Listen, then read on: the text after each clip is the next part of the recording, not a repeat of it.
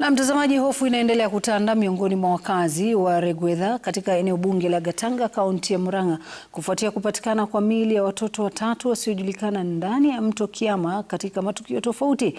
Maafisa wa usalama wameendesha msako mkali kando kando ya mto huo na vichakani vilivyo karibu kutafuta iwapo kuna miili mingine katika eneo hilo.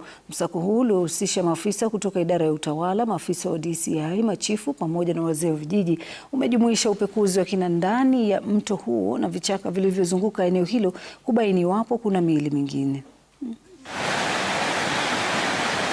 Leo tumekuwa na search hii area yetu ya Gatanga Division kulingana na mtoto mwenye alitolewa ndani ya mto Kiama jana wakati wa mchana. So hiyo ilifanya security team yetu ifikirie kuwa maybe kuna mwili zaidi maybe zinaweza kuwa hapo juu. 10 mwezi wa 5 watoto wawili walipatikana kwa hiyo mto. Mmoja ukimwangalia alikuwa wa umri wa miaka 7 na ni kijana, na mwingine ni wa umri wa miaka 4 na msichana, na alipelekwa Kirwara Funeral. Walipelekwa, mwili zilitolewa mto na zikapelekwa Kirwara Funeral Home.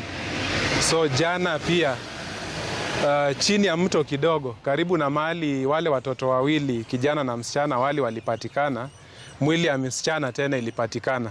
Msichana mwenye ukimwangalia ni kama miaka 2 hivi, na mwili ilikuwa inakaa imekaa kwa muda mrefu sababu ilikuwa imeoza.